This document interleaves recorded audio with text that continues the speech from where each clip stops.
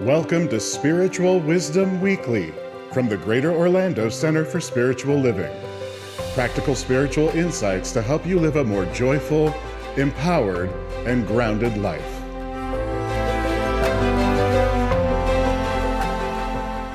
Let's grow together.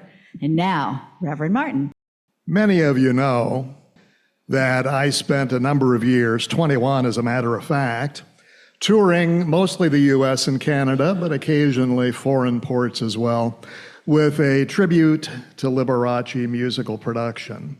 And it was one of the great experiences of my life. And along the way, I became interested in spiritual matters, and I discovered Science of Mind. I started taking classwork, and we used to have something called Science of Mind 100 series, which is now known as Foundations.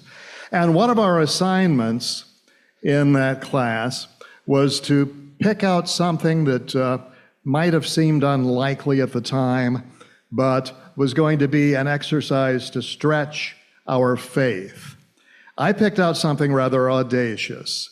I decided I wanted to appear as Liberace with symphony orchestras throughout the US and Canada. It took a little while for it to happen, but I kept my mind fixated on that, and it eventually did. I acquired a management team from Kansas City area, and they had the contacts to make this happen. And beginning in 2007, I started appearing all over the place with orchestras doing a show called Pops Goes Vegas. It had showgirls with feathers and rhinestones. It had singers, and had an impressionist. It had Liberace also with feathers and rhinestones. And it was a wonderful experience for me. I got 3 solo spots with the orchestra, and I participated in 3 production numbers. One of the production numbers ran about 11 and a half minutes. It was a monster medley called Songs from the Strip. And it was everything from Wayne Newton to the Rat Pack to Liberace and on and on. And the centerpiece of this monster medley was built that I wore, which was sort of an Austrian military dress uniform from the 1800s, 5 pounds of rhinestones on it, gold braid. This mic is cutting. Yeah. And the real focal point of that particular costume was a pair of high boots, also encrusted. Let's take a pause and switch mics. So if you'll all, while we're switching, if you'll go into your pockets and your purses.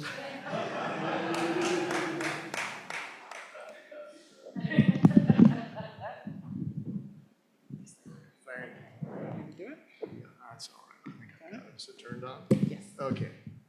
How's this? No. All right. So where was I? Oh, yes. It was that pair of boots, and right in the middle of this monster medley was the Nancy Sinatra song, These Boots Were Made for Walking. And I walked out on that particular thing and did a little dance, and then went to the piano and did I'll Be Seeing You and things like that. So anyway, that medley, the centerpiece of the medley was that pair of boots. We arrived in Oklahoma City one week, and Thursday was rehearsal day with the orchestra, and Friday was show opening day. They did a cut-down version of the show on Friday mornings called a coffee concert, and then we did Friday evening, Saturday evening, and Sunday matinee. So Thursday, in between rehearsing my numbers with the orchestra, I was in my dressing room unpacking the costume trunks and discovered, much to my horror, there was no pair of boots. Somehow the boots had not been packed for this particular trip. The show opened the next morning. What to do? What do you do when you're met with an unexpected emergency? And how, with something as bizarre as a missing pair of knee-high rhinestoned boots, how can faith help you out? Well, years ago, when I was driving around the country, I saw a marquee on a Baptist church, and the slogan on the front of the sign said, "Is faith your steering wheel or your spare tire?" Now, if you think about it for a moment, it's no good trying to buy a spare tire after you get a flat. It's like locking the barn door after the horse has escaped. And it's no good trying to whip up faith in the unexpected moment that you need it. Think about this for a minute. Can you perform CPR? Well, you can do it now if you've already studied it and worked on it. And you can do it in the future if you start working on it right now. But if you don't know how and you need to now, you're out of luck. And so is your patient. Now, firefighters train constantly so that when they're called upon to act in an emergency situation, they can act almost on autopilot, hesitating for just a moment to think about how to react in a situation can allow the fire to grow out of control. In an emergency, firefighters need to know exactly how to respond. The proper response in any emergency only comes from training and preparation. Now, the primary reason for our spiritual practice is to prepare ourselves for whatever comes our way. And so it is that faith comes by study and prayer and by meditation and by positive activity. Constantly walking our talk causes a positive faith to become habitual whenever we face adversity. And when our spiritual practice becomes habitual, we can stamp out the fires in our lives before they become raging infernos. It's a bit like trying to build a house. If you're trying to build a house, you start with a solid foundation. And likewise with faith. Faith begins with a solid foundation. Jesus spoke about this in one of his parables. He said, "Everyone who comes to me and hears my words and puts them into practice, I will show you what they are like. They are like a man building a house who dug down deep and laid the foundation on rock. And when a flood came, the torrent struck the house, but could not shake it because it was well built. But everyone who hears these words of mine and does not put them into practice is like a foolish man who builds his house on sand. The rain comes down, the streams rise, and the winds blow and beat upon that house, and it falls with a great crash." Now, the Gospel of Matthew tells us that God causes the sun to rise on the evil and the good, and sends rain on the righteous and the unrighteous. So in other words, what we call good and what we call bad happen to everyone. The important thing is whether or not we're prepared. The Boy Scouts got it right. Be prepared. A number of years ago when I lived in Fort Lauderdale, I was watching a TV newscast in the aftermath of Hurricane Andrew, which was a Category 5 storm. And a TV news crew was on assignment in a South Florida neighborhood viewing the widespread destruction of Hurricane Andrew. And the camera panned one area where, in the midst of all the devastation and debris, one lone house was still standing on its foundation. And the owner was cleaning up the yard when a reporter approached him and said, "Sir, why is your house the only one still standing? How did you manage to escape the severe damage of the storm?" And the man replied, "I built this house myself. I built it according to the Florida State Building Codes. When the code calls for 2x6 roof trusses, I used 2x6 roof trusses. I was told that a house built according to code could withstand a hurricane. So I did, and it did. It could also be that no one else around here followed the code." Now, this was a man who understood that the storms were coming. It had nothing to do with him. Whether he was a good person or a bad person was immaterial. It was about the area in which he lived and the nature of tropical storms. So his job was to be prepared. And when the sun was shining and the skies were blue, it may have seemed silly to put all the extra expense and effort into building a hurricane-proof house. But when the storm came, it was anything but foolish. It was absolute wisdom. Now, the important thing is not trying to understand all the reasons why the storms come. Leave that to the meteorologists. No, the important thing is to be prepared for them before they happen. A number of years ago, a saying was making the rounds, "It's all good." No matter what happened, people would say, "It's all good." Now, you'll not hear me say that. I don't say that everything that happens to you is good. There's a lot of stuff that happens in life that we may not appreciate. The difficulties that you face in life can be agonizing, but they are opportunities for you to grow. But it's easy to lose sight of this when you're hurting and struggling. I read about a pastor who visited a church member who had just undergone spinal surgery, and the pastor asked, "My brother, what has God taught you through your back surgery?" And the man replied, "God has taught me that back surgery hurts like hell." Well, in the midst of a crisis, you can forget that God is good all the time and that this is an opportunity for something good to be born.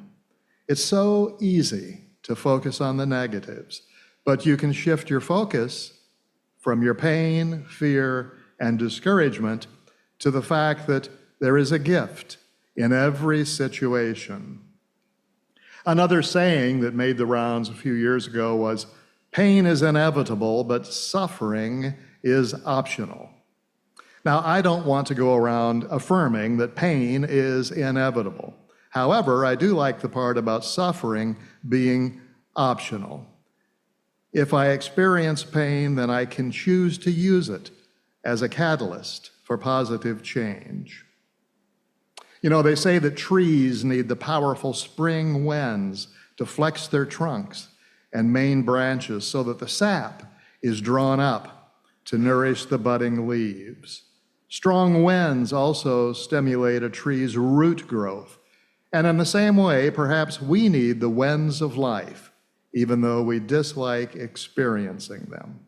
So remember that deep roots grow where strong winds blow. Ernest Holmes, writing in the Science of Mind textbook, tells us, "Those who have great faith have great power." Faith is an affirmative mental approach to reality. So remember that when faith says yes, the law says yes. There is a power in the universe that honors our faith in it. And it may take us increments of living to make this come to its highest expression. But we can move from "nothing ever seems to work out for me" to "everything is going to be okay" to "everything is okay" to "everything is going to be great" to "everything is great." Ernest Holmes tells us that faith does not call for great concentration, but for deep realization and conviction.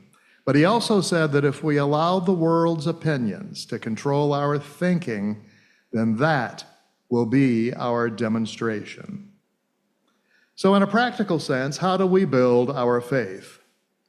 No one was born with faith. Faith is created, developed, and nurtured by our own thoughts and actions, which raises the question, is faith for the delusional? Is faith for the Pollyanna? Actually, optimal faith is based on truth with a capital T. So having faith in God and having faith in the laws of mind and spirit are the most logical ways we can live our lives. Ernest Holmes again. In order to have faith, we must have a conviction that all is well. In order to keep faith, We must allow nothing to enter our thought which will weaken that conviction. Faith is built up from belief, acceptance, and trust. Whenever anything enters our thought which destroys in any degree one of these attitudes, to that extent, faith is weakened. Belief, acceptance, and trust. Last year, I did a talk about faith, and that jumped out at me, belief, acceptance, and trust. Since I was a little boy, I've been a Batman fan, and belief, B, action or acceptance, A, and trust, T, spells out BAT. So that's how I choose to remember it in my mind. Belief, a conviction of the truth of something, and this may only be intellectual. So faith goes beyond that intellectual knowing, and it includes trust and confidence. Because let's face it, most of us believe things that we don't act upon. For example, we know that certain foods are not healthy, but we eat them anyway. Belief, acted upon, which includes acceptance. Holmes says, how much can we accept? How much can we find in our consciousness that's no longer repudiated by our own denials? Whatever that is, that much we can have. Do you believe in a God that can heal? Maybe you've seen God heal others, but maybe you think for whatever reason your condition is beyond hope. Do you believe in a God that supplies abundance in every moment? Perhaps you've seen others who miraculously escape the bondage of debt, and yet for whatever reason you don't think it could happen to you. We've seen and heard other stories, but somehow we get the idea that they don't apply to us. Belief, acceptance, and trust. To trust in the law of good, Ernest tells us, is to constantly believe that we are surrounded by a power which can and will cast all fear from our minds, free us from all bondage, and set us safe and satisfied in a new order of being. And that means that no matter what is happening, no matter how bad things look, we trust that a perfect outcome already exists for us. Our job is to claim that outcome, to constantly believe that God is all there is, that God is good all the time, that God is here right now no matter what I'm going through, and that God has a solution for any obstacle I may meet. B.A.T, belief, acceptance, and trust. Well, anytime the concept comes up, people say, what about my feelings? I always like to go with my feelings. Well, I read about a salesman who knew that he needed to be calling on prospects, but he would sit in his office and think it's a little early to be calling on people, so maybe I'll read a couple of articles in this sales magazine and maybe I'll learn something new. And so he reads a couple of articles, but then he realizes, it's getting too close to lunch to call upon prospects, so maybe I'll do it after I have some lunch. And on the day goes, and first thing you know, he's called on no one. Now, that's not a dead end, however, because he went from feeling sorry for himself to a feeling of generating a successful emotion, and then he followed that with action. He went from feeling sorry for himself because he had made no sales to feeling sorry for his prospects. He affirmed, they'll have no choice but to buy from me. Which is why William James said that feeling follows action. I read about a study many years ago at a psychiatric hospital, and they asked all the patients, just for 1 week, act as if you're normal. And it actually helped them. Feeling follows action. Ernest Holmes again, in a book called Hidden Power for Human Problems, you are growing rapidly when you can say, I am believing and knowing in spite of what I feel. My feelings tell me it's no use trying, and then I switch to my power of choice and declare that my faith is in what I believe to be the law of God's creative process, rather than my negative feelings about it. You shall know the truth, and the truth, not your feelings, shall set you free. So don't trust your feelings, choose your feelings. Change your feelings by right action. As we know, we always see more than we actually notice. This is the whole concept of the reticular activating system. We always see more than we notice. Our minds filter out the things that it deems unimportant.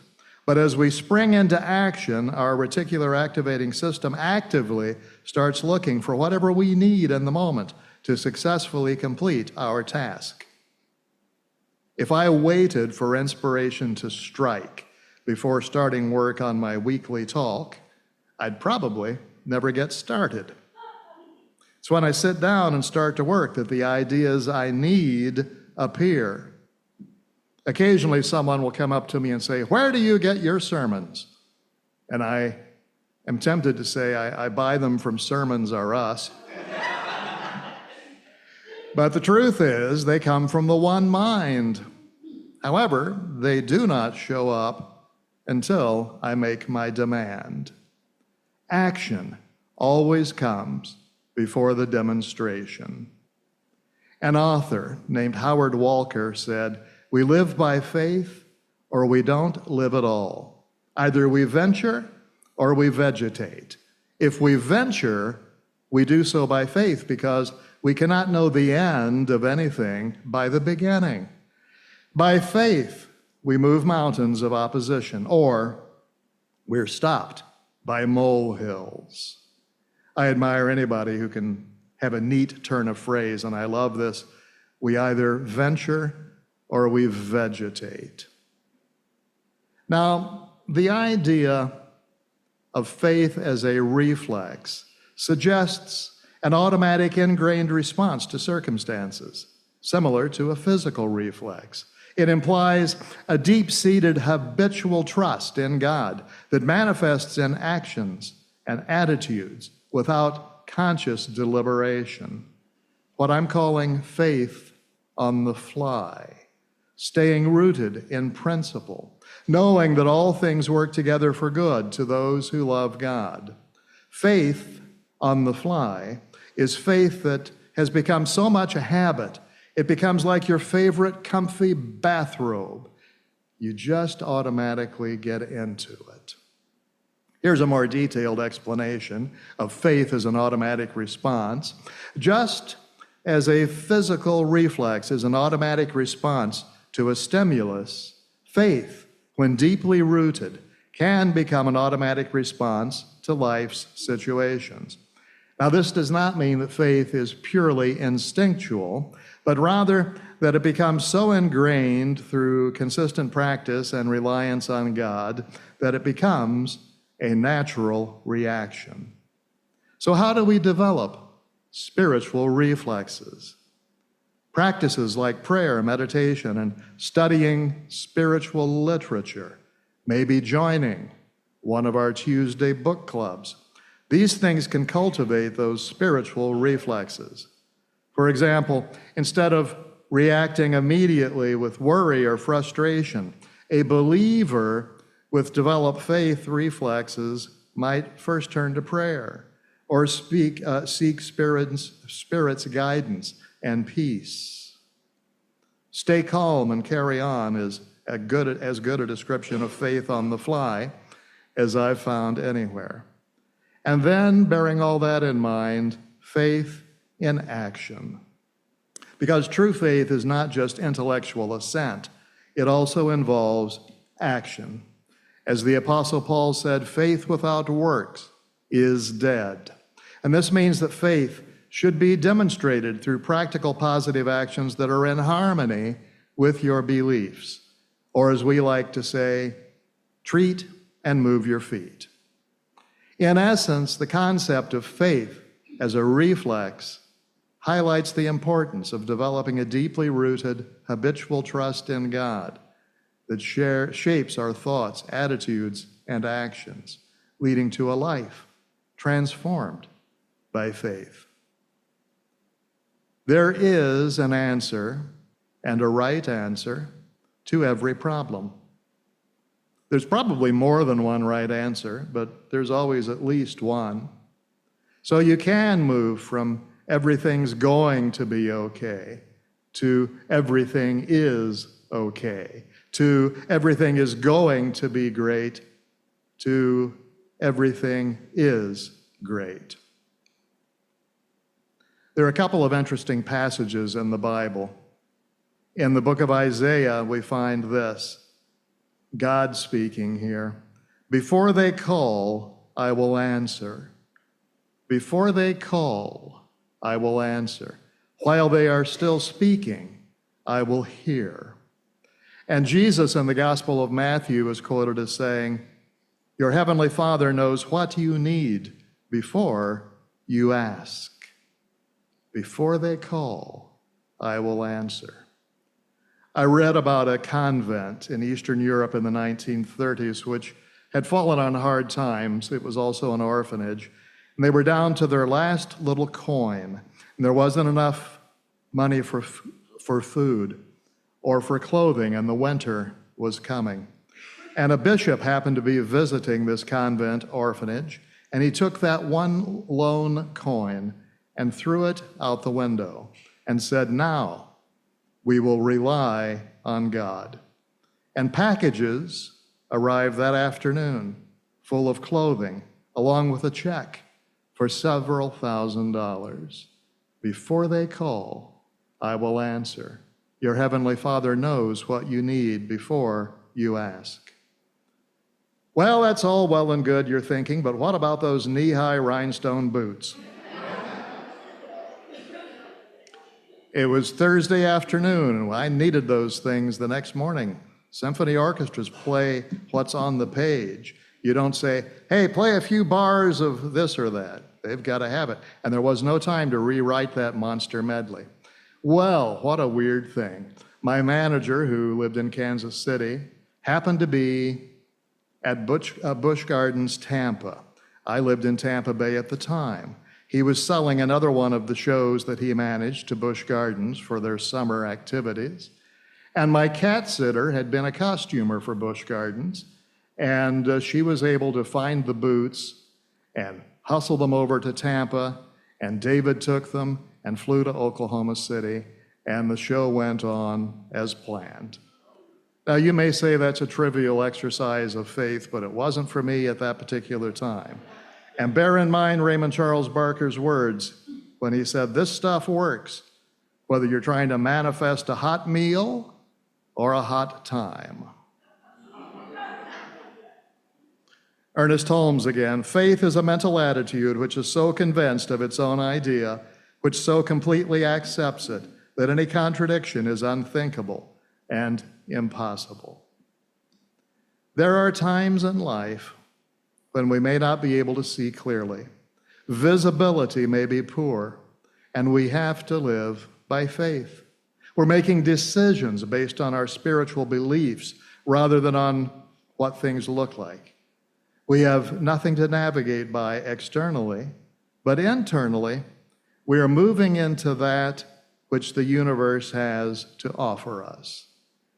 And even in a monster storm, if the pilot keeps climbing to a higher altitude, he or she will rise to the place where the sun always shines. There, the sky is clear. The winds aren't blowing. There's no storm going on because they've chosen to rise above. You've probably heard this wonderful poem by William Ernest Henley. It's called Invictus.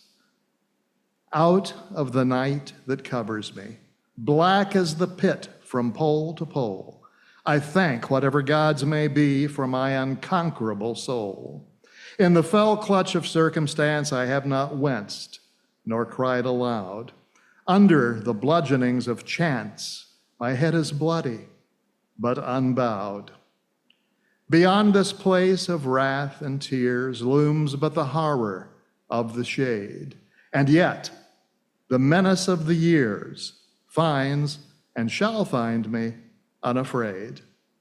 It matters not how strait the gate, how charged with punishment the scroll. I am the master of my fate. I am the captain of my soul. How can you have faith in times of crisis? You must cultivate a faith in God when you are not in crisis. Because faith on the fly isn't just the faith that gets you by. It's the faith that lets you fly. And so it is.